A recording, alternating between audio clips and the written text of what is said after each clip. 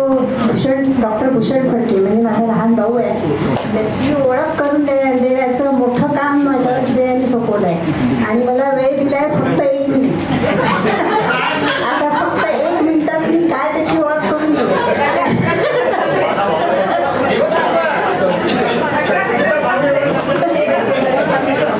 मला काही सुचत नव्हतं पण मी माझ्याकडे काढलंय आणि मला ते वाचून दाखवते 1 मिनिटात. आता 1 मिनिटात होईल की नाही मला माहित नाही पण प्रयत्न करते.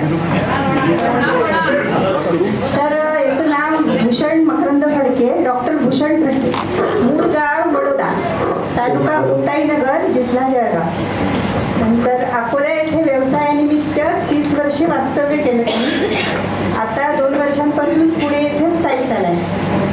त्याचं शिक्षण आहे, आता त्यालाच म्हणते कारण तो माझा लहान भाऊ आहे, 10 वर्षांपासून लहान आहे.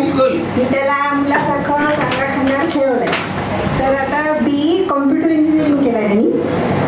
नंतर त्याच्या पदव्या इतक्या एकाच एक आहेत पुढे पुढे की असं वाटतं की त्यांनी किती पदव्या घेतल्या. मानसशास्त्रामध्ये BA केलंय. नंतर BA कीर्तनशास्त्रात केलंय. डिप्लोमा इन जर्नलिझम पण केलंय. नंतर आता मास्टर्स डिग्र्या 2 घेतल्या आहेत, मास्टर इन पर्सनल मॅनेजमेंट आणि masters in business management MBA.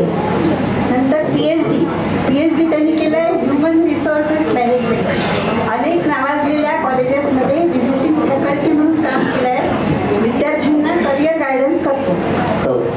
आता पुढची ओळख त्याची महत्वाची मला वाटतं या 4-5 वर्षातली त्याची ओळख आहे. कीर्तनशास्त्राचा त्यांनी पदवी घेतल्यापासून कीर्तनकार म्हणून तो नावारूपाला येतोय. कीर्तनकार आणि प्रवचनकार व व्याख्याता, धार्मिक आणि ऐतिहासिक आणि सामाजिक विषयांवर प्रभुत्व. आता श्रीराम कथा निरूपण हा अतिशय आवडता व जिव्हाळ्याचा विषय आहे. संगीत श्रीराम कथेचे 25 कार्यक्रम त्यांनी आतापर्यंत सादर केले आहेत.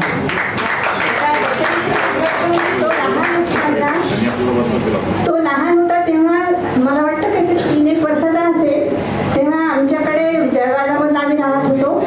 तर हे आपले साखरखेड्याचे महाराज आहेत प्रल्हाद महाराज. तर याला आईने त्यांच्या समोर ठेवलं. तर आईला ते म्हणाले होते प्रल्हाद महाराज, कदाचित तिथल्या पुष्कळ लोकांना माहीत असतील प्रल्हाद महाराजांनी तेव्हा त्यांचे शब्द होते की हा पुढे रामाची सेवा करेल म्हणे, रामाची हा सेवा करेल. तर ते शब्द त्यांचे अगदी खरे होत आहेत आता आणि त्याला त्या सद्गुरूंचा कृपाप्रसाद लाभलाय. त्यांनी प्रल्हाद महाराजांचा गुरुमंत्र घेतला. तर त्याच्या बाबतीत ते खरं ठरलंय. आणि रामायणातली शिकवण आज पण कशी उपयुक्त आहे याचं महत्त्व तो आपल्याला पटवून त्याच्या व्याख्यानातून पटवून देतो. आणि त्याच्यावर नुकतंच त्याचं जीवनोपयोगी रामायण हे पुस्तक प्रकाशित झालं आहे. त्याचा व्याख्यानाचा आजचा विषय आहे शूर्पणखा, रावण आणि श्रीराम. म्हणजे रावणाची एक निगेटिव्ह पात्र आहेत, तर त्यांना तुम्ही कसं घ्यायला पाहिजे, निगेटिव्ह की पॉझिटिव्ह. आजकाल निगेटिव्ह पात्रांना पॉझिटिव्ह रूप देतात, तर ते कसं चुकीचं आहे हे तो तुम्हाला सांगणार आहे. तर भूषण तुझ्या व्याख्यानाला सुरुवात करावी अशी तुला सगळ्या पुस्तक प्रेमींतर्फे विनंती. प्रभू श्रीरामचंद्र सद्गुरू समर्थ रामदास स्वामी महाराज आणि माझे सद्गुरू आत्ताच उल्लेख झालेले प्रल्हाद महाराज यांना नमन करून आणि तुमच्यात असलेल्या परमेश्वराला अभिवादन करून आजच्या छोट्याशाच कार्यक्रमाला मी सुरुवात करतो. सहस्त्र वर्षांचा कालावधी होऊन गेलाय, पण श्री रामायण आजही आपल्या हृदय सिंहासनावर विराजमान आहे असं म्हटलं तर त्याला ती काही अतिशयोक्ती ठरू नये. रामायणामध्ये 7 कांड म्हणजे आपण 7 मोठी युनिट म्हणू शकू. त्यानंतर 500 सर्ग म्हणजे ज्याला 500 अध्याय असं आपण म्हणू शकतो आणि 24,000 श्लोक इतकी मोठी श्री रामायणाची व्याप्ती आहे. तर त्याच्यामधले आज अरण्यकांडातले 2 प्रसंग आणि एक उत्तर रामायणातला शेवटचा प्रसंग एवढंच मी तुमच्यासमोर मांडणार आहे. म्हणून त्याला नाव शूर्पणखा, रावण आणि श्रीराम. श्रीराम म्हणजे श्रीरामांचे कोणतेच गुण वैशिष्ट्यांवर आज बोलू शकणार नाही आहे कारण वेळ अतिशय कमी आहे. त्यामुळे श्रीरामचंद्र आणि लक्ष्मणाने जेव्हा आपली अवतार समाप्ती केली तो एक प्रसंग, आणि अरण्यकांडातले 2 प्रसंग एवढंच तुमच्या समोर मांडणार आहे. 2 प्रसंग तर मला काही पुस्तक पाहावं किंवा काही पाहावं लागत नाही, पण जो शेवटचा प्रसंग आहे तो खूप भावनिक आहे. आणि तो ज्या वेळेला मी जितके कार्यक्रम केले, 25 संगीत श्रीराम कथेचे केले आणि व्याख्यान वगैरे पण भरपूर दिली आहेत, पण तो शेवटचा प्रसंग लक्ष्मणाची अवतार समाप्ती झाल्यानंतर माझ्याच्याने बोलवतच नाही. त्याच्यामुळे मी तो वाचून दाखवेल नंतरचा प्रसंग, तो जो शेवटचा पार्ट आहे तो. आपण अरण्यकांडामध्ये आता सरळ प्रवेश करणार आहे. मंथरेच्या कपटीपणामुळे आणि कैकेयीच्या वरदानामुळे श्रीरामचंद्रांना वनवास घडला. श्रीरामचंद्र, लक्ष्मण, सीता वनवासात गेले आणि अगस्त्य ऋषींच्या आज्ञेप्रमाणे त्यांनी पंचवटीमध्ये पर्णकुटी बांधली. तिथे ते त्यांचं वास्तव्य सुरू झालं. एक दिवस त्या ठिकाणी रावणाची बहीण राक्षसी शूर्पणखा हिचं आगमन झालं. श्रीरामचंद्रांना पाहून शूर्पणखेचा जीव श्रीरामचंद्रांवर जडला आणि ती राक्षसी रूपात न येता एका सुंदर ललनेचं रूप घेऊन श्रीरामचंद्रांसमोर आली. तिने श्रीरामचंद्रांना सांगितलं की मी दशानन रावणाची बहीण आहे, महापराक्रमी कुंभकर्ण हा माझा भाऊ आहे आणि धर्मात्मा विभीषण हा सुद्धा माझाच भाऊ आहे. तू कोण आहेस? श्रीरामचंद्र आपली ओळख करून देतात. मी इक्ष्वाकू कुळातला राजा महाराजा दशरथ, महापराक्रमी राजा दशरथ यांचा पुत्र आहे. हा माझा लहान बंधू लक्ष्मण आणि भार्या सीता, तिघांची ओळख करून देतात. अतिशय मधुर स्वरात श्रीरामचंद्र विचारतात की देवी तुझ्या येण्याचं प्रयोजन काय? ती सरळ सांगते कुठल्या आडपडदा न ठेवता की हे रामा, माझा तुझ्यावर जीव जडलाय, तर तू माझ्याशी विवाह करावा. श्रीरामचंद्र तिला अतिशय विनयाने उत्तर देतात की माझा विवाह झालेला आहे आणि मी एक पत्नी व्रत धारण केलेलं आहे, त्यामुळे मी तुझ्याशी विवाह करणं शक्य नाही. श्रीरामचंद्र पुढे म्हणतात की माझ्या समवेत माझा लहान बंधू लक्ष्मण आहे, त्याची भार्या त्याच्या सोबत नाही. मी जे रामायणावरती बोलतो ते मी वाल्मिकी रामायणाचा आधार घेऊन बोलतो, त्याच्या बाहेरचा मी एकही शब्द बोलत नाही. किंवा मी जे पुस्तक लिहिलं आहे ते पूर्णतः वाल्मिकी रामायणाला धरून लिहिलेलं आहे. मी मनाचा कुठलाही भाग त्याच्यामध्ये घालत नाही किंवा मी इकडचा तिकडचा लोककथेतनं आलेला भाग पण घालत नाही. श्रीरामचंद्रांनी असं म्हणतात की त्याच्या समवेत त्याची पत्नी नाही, तर तू त्याला विचार, त्याची जर इच्छा असेल तर तो तुझा पत्नी म्हणून स्वीकार करू शकतो. ती लक्ष्मणाकडे जाते. लक्ष्मण तिला म्हणतो की मी रामाचा दास आहे. लक्ष्मणाचं उत्तर पहा, मी रामाचा दास आहे, तू जर माझ्याशी विवाह केला तर तुला जन्मभर दास्यत्व पत्करावं लागेल, त्यामुळे मी तुझ्याशी विवाह करू शकत नाही. असा कुठेही उल्लेख नाही वाल्मिकी रामायणात की माझा भाऊ अविवाहित आहे. आणि काही अकलेचे तारे तोडणाऱ्यांनी तर त्याच्याही पुढे लिहिलं आहे की श्रीरामाने तिच्या पाठीवर लिहिलं की हिचे नाटकांका. ही पूर्णतः भाकड कथा आहे, याला कुठेही कोणताही आधार नाही. ती मनात वासना ठेवून श्रीरामाकडे आलेली आहे. ती म्हणते की सीता अतिशय कुरूप आहे.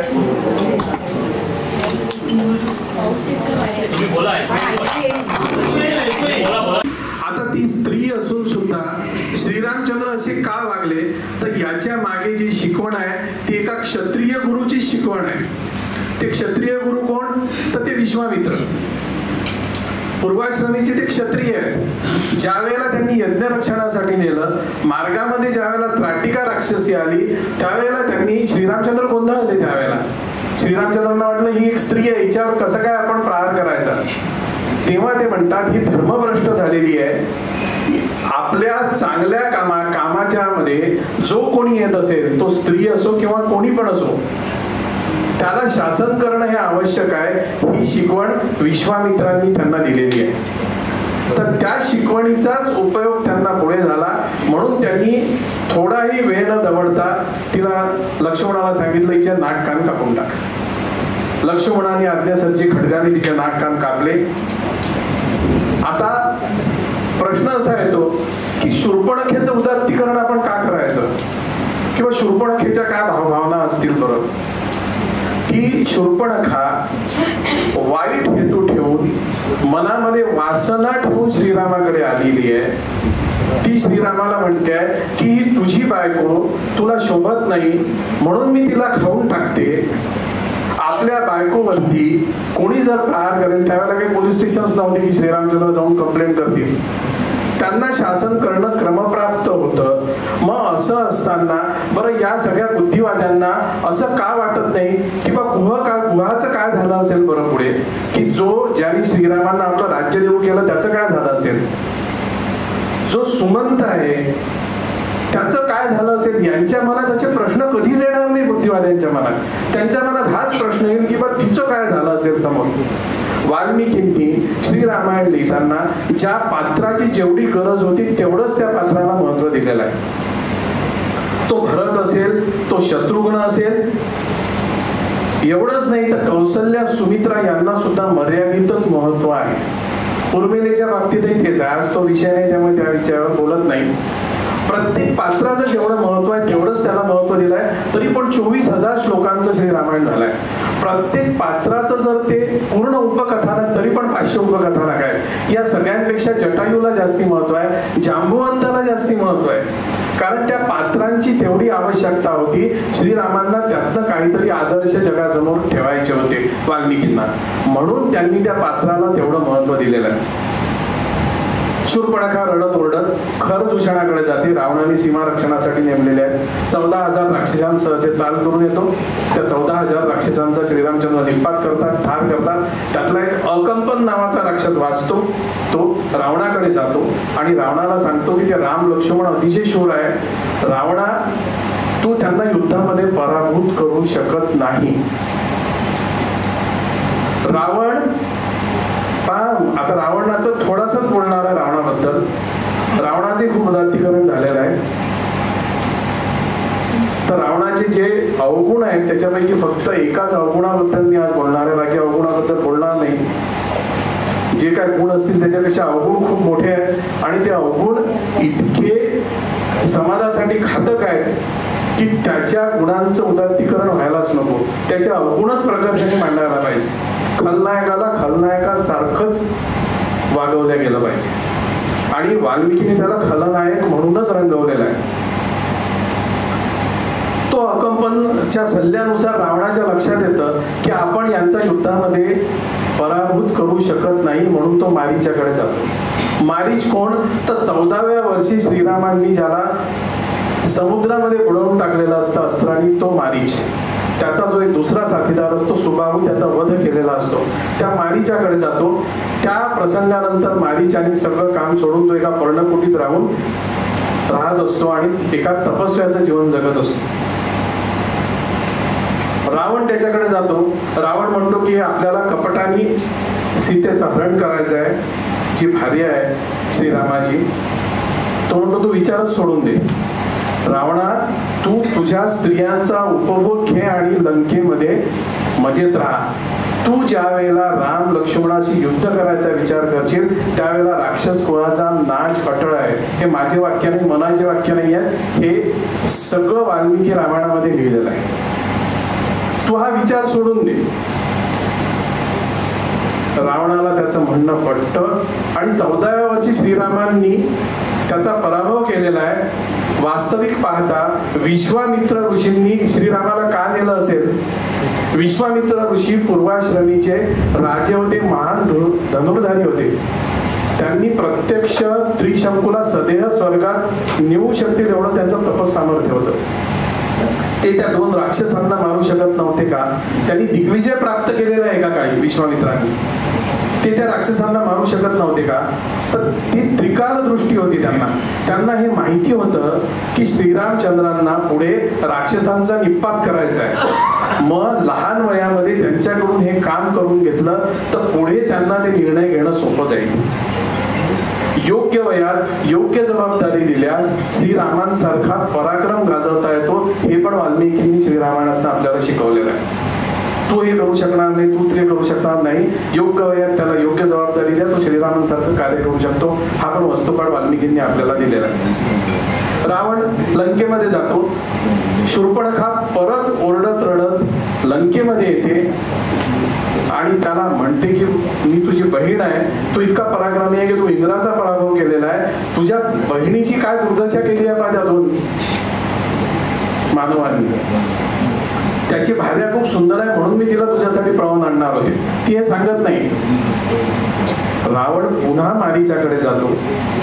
मारीच्याला म्हणतो तू जर मला सहाय्य केलं नाही तर मी तुला ठार करीन. मारीच्याला वाटतं की याच्या हातून मरण्यापेक्षा श्रीरामाच्या हातून मरावं, म्हणून मारीच त्या कपटामध्ये सहभागी व्हायला तयार होतो.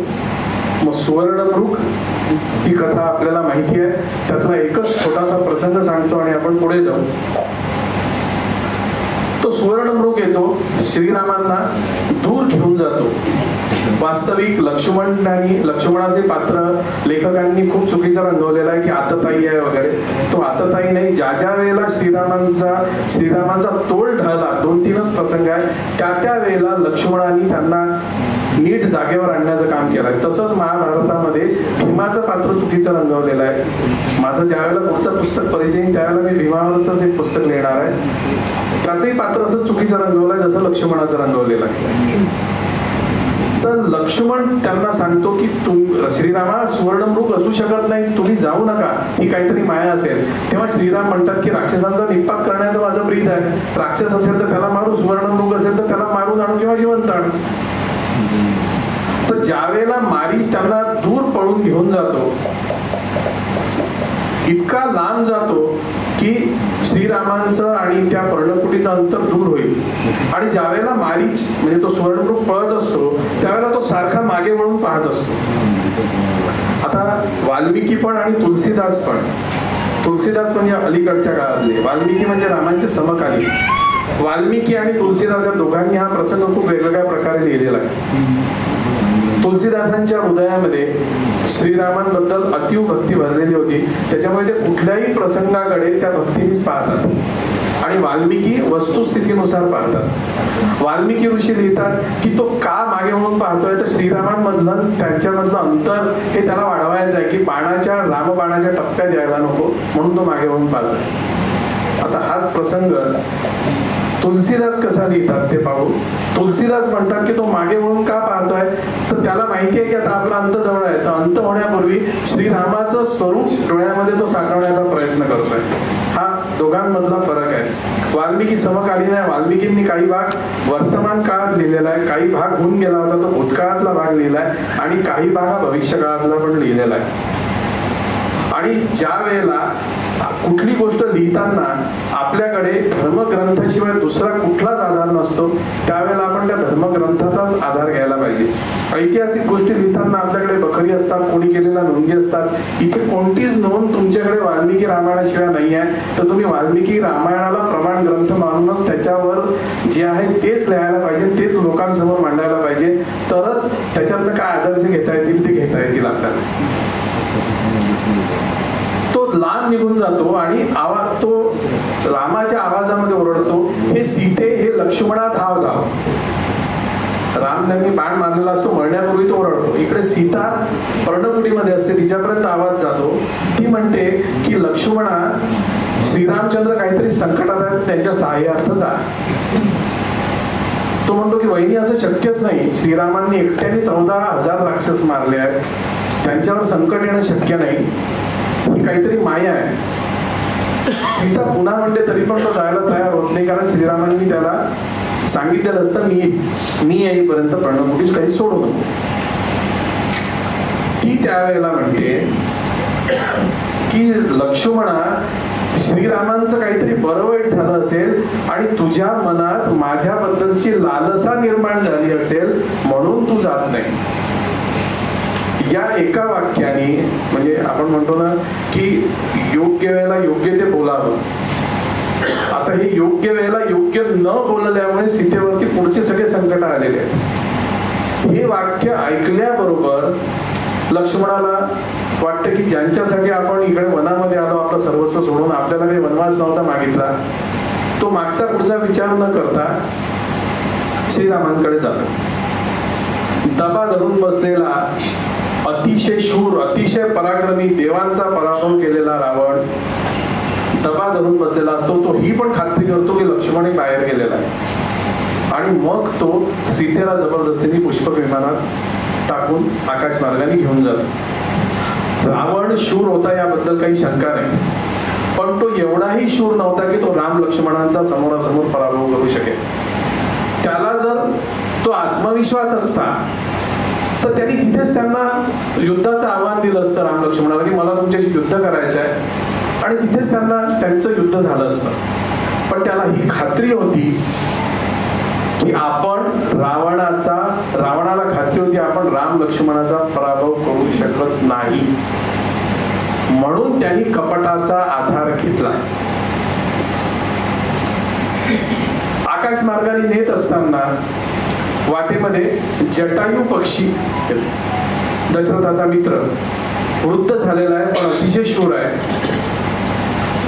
तो रावणावरती आक्रमण करतो, रावणाला चोचीने घायाळ करतो. रावणाच्या लक्षात येतं की या जटायूला पण आपण पराभूत करू शकत नाही. जटायू भोळा आहे, तो जटायूला विचारतो की आपण आता हे युद्ध भरपूर झालं, आपण थांबूया आणि आपण एकच शेवटचा घाव एकमेकांवर घालू. तू सांग रामाची शपथ घेऊन तुझा प्राण कशात आहे, मी सांगतो रामाची शपथ घेऊन माझा प्राण कशात आहे. जटायू भोळा आहे, तो सांगतो माझ्या पंखामध्ये माझे प्राण आहे. रावण सांगतो कपटी रावण, मी म्हटलं ना एकच त्याचा दुर्गुण मानणारा आज कपटीपणा. तो त्या कपटाने सांगतो माझ्या अंगठ्यामध्ये प्राण आहे. पहा किती कपट की तो त्याच्या टप्प्यात येतच नाहीये जटायू, म्हणून ज्या वेळेला जटायू अंगठा फोडायला येईल त्यावेळेला तो खडगाने सहज त्याचे पंख कापू शकेल.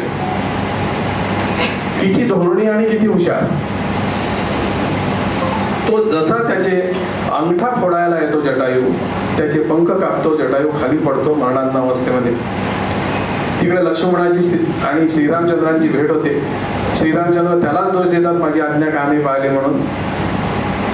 पर्णकुटी देतात, सीता त्यांना तिथे नसते, त्यामुळे श्रीरामचंद्र तेव्हा क्रुद्ध होतात, त्रैलोक्याला नष्ट करण्याची भाषा करतात. तेव्हा लक्ष्मणच त्यांना समजावतो की श्रीरामा आपण पाताळात जरी सीता असेल तर तिला शोधून काढू, हे असं वागणं तुला शोभत नाही. वाल्मिकी रामायणातलाच आधार आहे, हे असं वागणं तुला शोभत नाही. मग श्रीरामचंद्र तो राग शांत होतो त्यांचा. जटायू भेटतो, नंतर शबरीची भेट होते, सुग्रीवाची भेट होते, हनुमंताची भेट होते. सुग्रीवाच्या बाबतीतही सुग्रीव मागचा पुढचा विचार न करता रावणावरती चालून जातो. ज्यावेळेला दोघेही सैन्याची पाहणी करत असतात, रावण तिकडे प्रासादामध्ये असतो, तेव्हा सुग्रीव उड्डाण घेतो, रावणाला जाऊन भेटतो, दोघांचं युद्ध सुरू होतं. सुग्रीव पण पराक्रमी आहे. रावणाच्या लक्षात येतं की आपण सुग्रीवाचाही पराभव करू शकत नाही. तेव्हा तो मायावी रूप घेतो आणि सुग्रीवाला रक्तबंबाळ करतो, कारण सुग्रीवाला मायावी युद्ध करता येत नाही. सुग्रीवाच्या जेव्हा लक्षात येतं की यांनी मायावी रूप घेतलाय, सुग्रीव उड्डाण करून श्रीरामचंद्रांजवळ येतो. श्रीरामचंद्र त्याला समजावतात की तू सेनापती आहेस, सेनापतीने असं अविचाराने वागणं बरोबर नाही आहे. सेनापतीने नेहमी विचार करून वागावं. सेनापती जर असं वागला तर सैन्याचं काय होईल. हा रामायणातला वस्तुपाठ आपण वेळोवेळी विसरलोय. एकदा शिवाजी महाराजांचे सेनापती आनंदराव हे पण विसरले. वेरात वीर दौडाले सात, आणि काय झालं हे तुम्हाला माहिती आहे. त्याच्यानंतर पानिपतावरती सदाशिवराव भाऊ पण हे विसरले, युद्धामध्ये मिसळले. आणि काय होतं म्हणजे रामायणाने आपल्याला बऱ्याच गोष्टी दिलेल्या आहेत, त्या आपण आत्मसात न करता तसं वागलो नाही, म्हणून पुढच्या अनेक प्रसंगांना आपण तोंड दिलेलं आहे. रावणाचा वध होतो, सर्व राक्षसांचा वध होतो. श्रीरामचंद्र, मी हा भाग मुद्दाम समोर घेतलाय कारण वेळेचं बंधन आहे. जनरली रामकथेचा कार्यक्रम मी 5 दिवसाचा करतो. पुण्यात आल्यापासून पुण्यातले लोक फार बिझी आहेत म्हणून आता 1 दिवसाचा करायला लागलाय किंवा 1 दिवसाचा. त्याच्यात काही प्रसंग आणि काही गाणी, माझा लहान मुलगा आणि माझी बायको हे 2 जण गाणे म्हणतात आणि असं आम्ही संगीत रामकथेचा आता 1 दिवसाचा सुद्धा कार्यक्रम करायला लागलाय. पण असं 15-20 मिनिटांमध्ये हे पहिल्यांदा बोलतोय. नाही, एका श्लोकामध्ये पण रामायण सांगितलंय ना, अधोरामातो, त्याच्यामुळे कोणी किती वेळा ते सांगू शकतं. पुन्हा अयोध्येमध्ये येतात. अयोध्येमध्ये रामराज्याला सुरुवात होते. भद्र नावाच्या हिराच्या सांगण्यामुळे श्रीरामचंद्र सीतेचा त्याग करतात. सीतेला ती वाल्मिकींच्याच आश्रमापाशी मुद्दाम तिला सोडतात. तिला तिथे जुळी मुलवतात लवकुश. वाल्मिकींनी रामकथा लिहिली असते, त्याचं गायन ते लवकुशांना शिकवतात. लवकुशांचं गायन ऐकल्यानंतर श्रीरामचंद्रांच्या असं लक्षात येतं की आपलीच मुलं आहेत. वाल्मिकींसह सीता राजसभेमध्ये येते. श्रीरामचंद्र सगळ्यांची क्षमा मागतात सीता त्यागाबद्दल. वाल्मिकी सीतेला म्हणतात की तू तुझ्या शुद्धतेची, राम म्हणत नाही बरं, वाल्मिकी म्हणतात की पती हाच स्त्रीसाठी मुख्य आहे. हे वाल्मिकीच्या तोंडांचे वाक्य आहे, रामाच्या तोंडाचे नाही उत्तर रामायणात. तू तुझी शुद्धता पुन्हा पटवून दे. वाल्मिकींनी सांगितल्यानंतर सीता म्हणते की ती धरणी मातेला उदरात घेण्याची विनंती करते. श्रीरामचंद्र तिथे पण पुन्हा क्रुद्ध होतात. धरणी मातेवर पुन्हा त्रैलोक्य नष्ट करण्याची भाषा बोलतात. हा दुसरा प्रसंग. तिसरा प्रसंग, समुद्र ज्या वेळेला त्यांचं त्यांना रस्ता देत नाही त्यावेळेला जसं 3दा श्रीरामांचा तोल ढळलेला आहे. ज्या वेळेला सीता जाते त्यावेळेला ब्रह्मदेव तिथे येतात, म्हणतात की सीता तिच्या मूळ रूपात गेली आहे, तुम्हाला पण लवकर जायचं आहे. आणि मग श्रीरामचंद्र पुन्हा राज्यकारभाराला सुरुवात करतात. श्रीरामचंद्र सीतावियोगाचं दुःख पचवतात.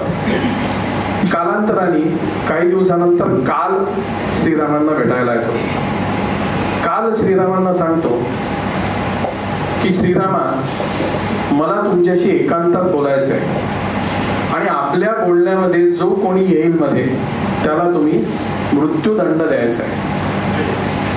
आपला एकांत भंग नको व्हायला.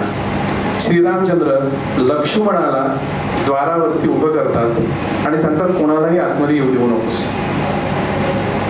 काल श्रीरामांना सांगतो की तुमचा अवतार कार्य संपलाय, तुम्ही आपल्या मूळ रूपात या. दुर्जनांचा नाश झालाय. तेवढ्यात त्यांचं बोलणं सुरू असताना दारावरती दुर्वास ऋषी येतात. दुर्वास ऋषी त्याच वेळेला म्हणतात की या क्षणाला मला श्रीरामांना भेटायचं आहे. लक्ष्मणासमोर मोठा प्रश्न उभा राहतो की जाऊ दिलं तर श्रीरामांची प्रतिज्ञा आणि नावही जाऊ दिलं तर दुर्वास कोपिष्ठ म्हणून प्रसिद्ध आहे, ते अयोध्येला काही पण शाप देऊन मोकळे होतील. म्हणून तो एकांताचा भंग करायचा ठरवतो आणि श्रीरामांसमोर जाऊन उभा राहतो. द्वारावर दुर्वास ऋषी आले. दुर्वास ऋषींचं काम झालेलं आहे. दुर्वास ऋषी श्रीरामांना भेटतात, आल्याप्रमाणे निघून जातात. श्रीरामांना मोठा प्रश्न पडतो की याला कसं काय देहदंड द्यायचा. ते वशिष्ठांना बोलावतात. कुलपुरोहित वशिष्ठांना विचारतात काय करायचं. वशिष्ठ म्हणतात तुम्ही फक्त लक्ष्मणाला सांगा की तुझा त्याग केलाय. एखाद्याचा त्याग करणं म्हणजे त्याला मृत्यूदंड देण्यासारखंच आहे.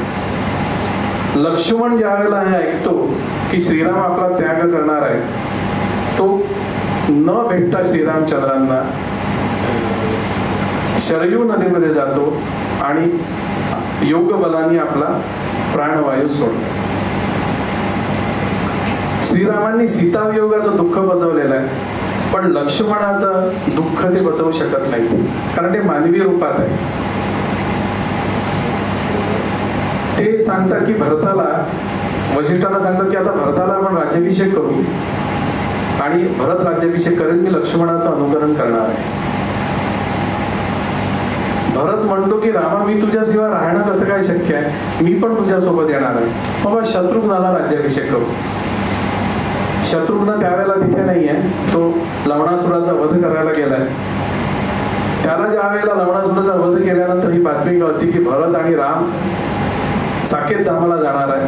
तो अयोध्येत येतो आणि तो म्हणतो मी पण तुमचंच अनुकरण करणार आहे. ही बातमी ज्या वेळेला सुग्रीव विभीषणाला कळते, जांबुवंत, त्यावेळेला सगळे वानरवीर सुग्रीवासहित येतात. सुग्रीव म्हणतो की श्रीरामा मी सुद्धा तुझ्यासोबतच साकेत धामाला येणार आहे.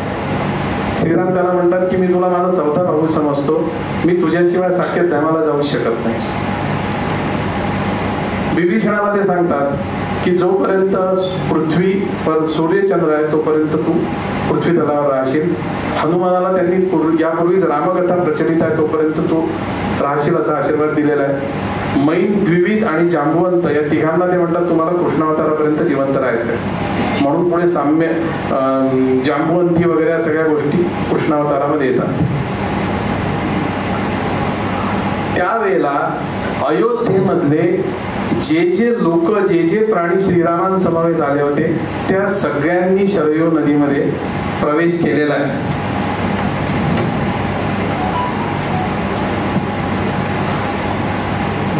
पुढचा भाग मी वाचतो आता. रामांच्या समवेत भरत, शत्रुघ्न, सुग्रीव आणि वानरवीर चालत होते. अयोध्येतील प्रत्येक प्राणी साकेत धामाला जाऊन पाहत होता. विषण्ण अंतःकरणाने जड पावले टाकीत निघालेल्या अयोध्यावासियांचा जनसागर शरयूपाशी येऊन पोचला. प्रत्येकाला असं वाटत होतं हा प्रवास संपूच नये. एरवी शरयूचा स्पर्श झाला की कृतार्थ भावाने मन भरून जाईल, त्याच शरयूचा किनारा आज येऊच नये असं प्रत्येकाला वाटत होतं. प्रभू श्रीरामचंद्रांच्या पावलांचा किनाऱ्याला स्पर्श होताच ते थांबले. दूरपर्यंत दिसणाऱ्या शरयूच्या पात्राकडे श्रीरामांनी निर्धारपूर्वक पाहिलं. मागे वळून जनसमुदायावर नजर फिरवली. सर्वजण देहभान विसरून त्यांच्याकडे पाहत होता. प्रत्येक जण श्रीरामांच्या देहधारी अस्तित्वाला आपल्या डोळ्यांमध्ये भरून घेत होता. सियावर रामचंद्र की जय असा अव्यक्त जय जयकार मनामनातून दिला जात होता. आश्वासक सुरात श्रीरामचंद्र बोलू लागले. प्रजाजन हो, आपण सर्वांनी आजवर विशुद्ध प्रेम, आपुलकी आणि अनुपम श्रद्धा यांचा माझ्यावर जो वर्षाव केला तो मानवी इतिहासामध्ये मानदंड बनून राहील. पृथ्वी तलावर अस्तित्वात असलेल्या शेकडो समाजाचं नेतृत्व करणारे हजारो राज्यकर्ते यापूर्वी झाले असतील आणि यापुढेही होतील. कुणी चांगले तर कुणी वाईट. कदाचित प्रजेवर निस्सीम प्रेम करणारे माझ्यासारखे राजेही होतील, पण राजाच्या प्रती प्रजेला असलेल्या समर्पित भावनेचा उल्लेख कधी कुठे झाला तर सर्वांच्या तोंडी तुमचं नाव असेल, ते म्हणजे अयोध्यावासियांचं. स्नेहीजनो, प्रजेला आपला राजा रामासारखा असावा असं वाटतं. आपल्या भूभागावर रामराज्य प्रस्थापित व्हावं असं वाटतं, पण प्रजेनं देखील अयोध्यावासी होण्याची तयारी दर्शवली पाहिजे. हक्काला कर्तव्याची जोड दिल्यास, समर्पण वृत्ती ठेवल्यास रामराज्याचा अनुभव येऊ शकतो. श्रीरामचंद्र पुढे म्हणाले, आपला वियोग होतो आहे असं वाटून घेऊ नका. तुम्ही माणसाशी माणसासारखे वागा, म्हणजे मी चराचरात असल्याचा अनुभव तुम्हाला येईल. एवढं बोलून श्रीरामचंद्रांनी निशब्द जनसमुदायाला हात उंचावून अभिवादन केलं. प्रत्येकाचे डोळे भरून आले होते. रामांच्या देहाच्या संभाव्य वियोगाच्या कल्पनेनं प्रत्येकाच्याच मनात दुःखांचं काहूर माजलं होतं. पुण्य सुगंधित वारे वाहू लागले. देव आकाशातून पुष्पवृष्टी करत होते. श्रीरामांनी एकवार लवकुशाकडे पाहिलं. त्यांच्या मनात आलं, या मुलांच्या जीवनात एकत्रित आई वडिलांचं सुख नव्हतं आणि आता तर त्यांच्या चेहऱ्यावर एक दुःखाची छटा उमटली असे वाटले. लगेच हा विचार दूर सारून श्रीरामचंद्र उठले. हात उंचावून लवकुशांना आशीर्वाद दिले आणि जनसागराला अभिवादन केलं. त्यांनी निर्धारपूर्वक एक एक पाऊल पुढे टाकण्यास सुरुवात केली. नदीचा काठ आणि त्यांच्यातलं अंतर पावला पावलाने कमी होत चाललं. आकाशातून चिरंतन पुष्पवृष्टी होत होती. ब्रह्मदेव आणि इतर देव स्वर्गात स्वागतास उभे होते. हळूहळू ते पाण्यात शिरले. पुढे टाकलेल्या एक एक पावलानं शरयूच्या पाण्याचा वेखा त्यांचं शरीर कवेत घेत चालला आणि आणि श्रीरामांना कवेत घेण्यासाठी त्यांच्या दोन बाजूंना दिसणारे शरयूमधून उठलेले लाटांचे दोन्ही बाहू एक झाले, दोन्ही बाहू एक झाले. श्रीरामांचा देह दिसेनासा झाला. अंतरिक्षातून चिरंतन पुष्पवृष्टी होत होती, तर काठावरील अयोध्यावासियांच्या डोळ्यातून अश्रूची फुले होत होती, अश्रूची फुले होत होती. आजही तुम्ही अयोध्येला गेलात तर शरयूच्या पात्रात मोठ्या अभिमानाने मिरवणारा पाण्याचा प्रत्येक थेंब तुम्हाला सांगेल, या जगात जन्माला येणाऱ्या प्रत्येक माणसाचा प्रवास ज्या दिशेने सुरू असतो ते मानवी शिखर म्हणजे प्रभू श्रीराम. प्रभू श्रीराम ही कुणी व्यक्ती नाही, ती एक वृत्ती आहे. कसं जगावं सांगणारी, आणि तो एक मानदंड आहे. सुसंस्कृत आणि सभ्य जगातल्या एका माणसाने दुसऱ्या माणसाशी कसं जगावं, वागावं हे सांगणारा. त्याच्या अस्तित्वानं आम्ही पावन झालो आहोत, भाविक आहोत. शरयूतील पाण्याचा प्रत्येक थेंब तुम्हाला हाच संदेश देईल, तुम्हाला हाच संदेश देईल, तुम्हाला हाच संदेश देईल. समयी वर्षतील मे